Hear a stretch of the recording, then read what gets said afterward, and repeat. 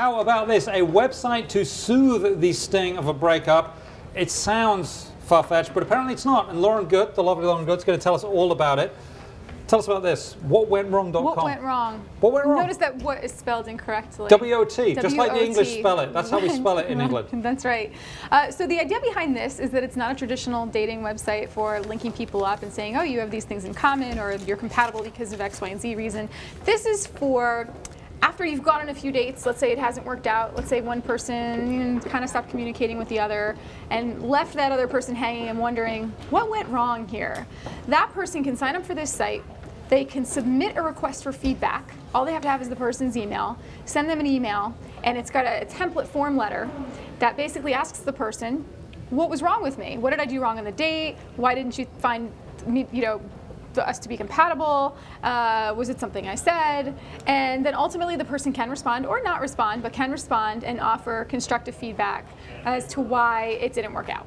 Okay, and you tested this out. I did test it out. And I tested it out from both sides. I submitted a request for feedback to an accomplice who was willing to play along.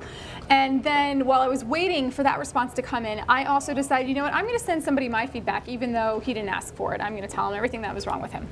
And so I found that part to be a little bit more interesting because there are lots of different drop-down menus. There are drop-down menus in terms of someone's physical characteristics, their personality traits, what they're interested in, what their lifestyle habits are. That you can, there's so many that you can choose from.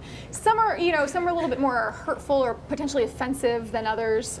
Maybe others are not as bad. Do you really want? I mean, do most people really want to know, or most people just like want to forget and just say, oh, you know what? That's okay. That happened, but it's over now. Listen, at the end of the day, we are communicative beings. Someone who is able to ask somebody out on a date should be able to say to somebody, I am not interested, or I don't think this is going to work out. For the people that tend to hide behind screens or don't have, they have problems articulating this sort of thing, this could potentially help. Now on the other side, for people that need closure, or they want to know, they just want to know what's wrong with what went wrong, this is good for them. But yes, there is potential here. First of all, do you really need this? No.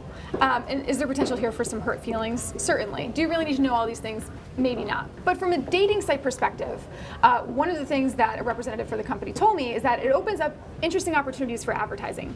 One of the examples they gave was, let's say that you identify somebody as having bad breath. That's where the breath freshener advertisement potentially pops up.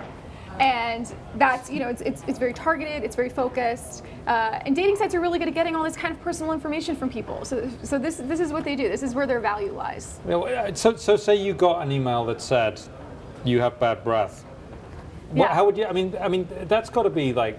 It would be awful. This is exactly, but people are seeking this through this site. Wow. Well, you were very brave. You went and did that, so that's great. Hats off to you with that one. It's not something I'm going to be doing. I was too punctual. That was my problem. I was too punctual. Too punctual.